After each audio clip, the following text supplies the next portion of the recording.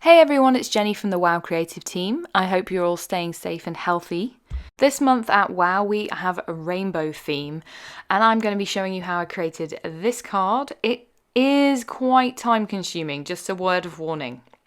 So first of all, I'm showing you all of the embossing powders I'm going to be using to create my rainbow. I'm using glitter embossing colours today, and I'm also going to be selecting a couple of neutral colours, not the two that I showed you here. This is the die set I'm going to be using today to create my card. It's the Polish Papercuts from Altenew. I decided to recreate the card that I made a couple of weeks ago, which I did not do a video for, and I wanted to kind of make it a little different by changing it up and creating a rainbow theme throughout the card layout. So I'm first off going to create some cardstock using my embossing glitters to then die cut from a bit later on. So I will show you just this first panel and then I'll give you a close-up look at the other powders I'm using, but I won't show you this step several times just because I don't want you to get bored. So for my orange, I am using Sunset Boulevard. It's got lots of flecks of gold glitter in it, super sparkly and really pretty. And then on the other half of my panel, I am using Ruby Romance, which is a really nice deep rich red color with red glitter in it. And because I know I'm not going to be using that much of the colors for the die cutting, I'm doing half and half on an A2 size panel of 110-pound cardstock, which I've inked up all over with my WOW embossing ink pad before then heating it up. Normally I would say to heat from the back for embossing glitter, but I was being lazy, so I just made sure my heat gun was good and hot before I then took it to the cardstock, and I didn't have any problems. For my yellow, I'm using Picnic Basket. For my green, I'm using Lime Ricky, which coordinates with the Catherine Pooler ink, Lime Ricky. For my blue, I'm using Pacific Wave. I think this has been discontinued, but there are lots of other blue embossing glitters to choose from. I'm using Sugared Almond for my purple, and then Pink Sherbert for my pink, which has some really pretty holographic glitter in it. Now for my neutrals, I'm going to be using Metallic Silver Sparkle, and then for a slightly antiqued silver look with some big holographic chunks, I'm using Midas Touch.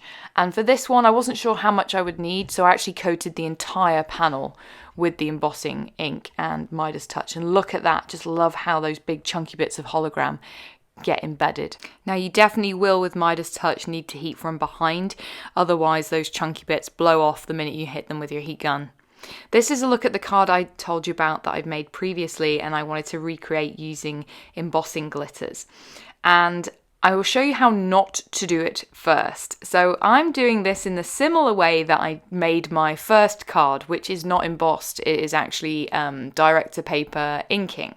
And there's tons of ways you can use these die cuts. They're super fun to play around with. I kept the layout the same just because it took me a long time to work out how I was going to do it. But honestly, the sky is the limit with this die set.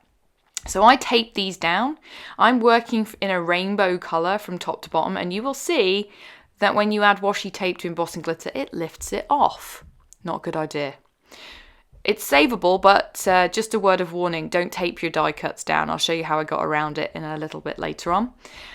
For solving this one, I just dabbed it into my ink pad and re-embossed it. I do have a little dish off to the side to keep my little die cuts as I create them, just so they don't get lost. Inevitably, several did get lost and I had to make them again, but that's okay, I had enough cardstock. I'm using a magnetic platform because it goes into my Gemini Junior. You can also get these for other die cutting machines, and these are much handier to use for this kind of technique. I don't need to use any tape that's going to potentially lift off that embossing glitter. If you don't have a magnetic platform, what you can also do is re-emboss over the top of the embossing glitter with clear embossing powder, which will completely seal it in, and then you can add tape over the top, it won't lift it off. I'm going to speed up the creation of this card. Essentially, I am placing all of my die cut pieces onto a white card panel. It's an A2 size panel of WOW embossing cardstock. It's super smooth, bright white, and I've placed it in the center of my craft mat. I'm just using that line as a guide so I can get these all the way down the center of the card. If you don't keep these symmetrical because of the layout that I'm doing, it will be quite noticeable. And what I'm doing is I'm going in rainbow order. I chose which colour I wanted to be the largest focal point, which was the sugared almond. And then working down from top to bottom, I went in rainbow order. So we've gone from the pink to the purple to the blue to the green to the yellow to the orange to the red. And then I've interspersed the Midas Touch and the metallic silver sparkle throughout to act as that neutral base without too many kind of conflicting colours all over the place. But it basically will add dimension, especially where you have the Midas Touch against the metallic silver. They look slightly different and it just kind of creates that dimension without too much kind of colour in your face. But you can do any colours with this. That's the best thing. I mean, this is rainbow theme for the rainbow theme month, but I've already done it with gold and pink. You could do it with all the different colours that are available from WOW. And so I'm adhering these down with liquid adhesive and also foam squares, and in some cases a double layer of foam squares. I'm being careful to use my tweezers just to move them around, because if I get any smudges on that back white panel, it will be quite noticeable. And then so it helps to get the main focal kind of images down the center, and then add those extra pieces in and around wherever I wanted to. And then for my sentiment, there was one little area where the Sunset Boulevard, I hadn't added enough embossing ink and it brushed off, but it's right where I wanted my sentiment. So I handily covered it up rather than re-embossing it again, which I could have done. This is a sentiment from Tailored Expressions, heat embossed in metallic silver embossing powder. And then as a finishing touch, I wanted to bring in some more of that black. So I have some black sequins from Pretty Pink Posh from a mix, and I'm just adding those around. On my first card, I actually used Dream Drops, Nouveau Dream Drops, but I thought the black sequins would work well to tie in that sentiment. And that finishes my card.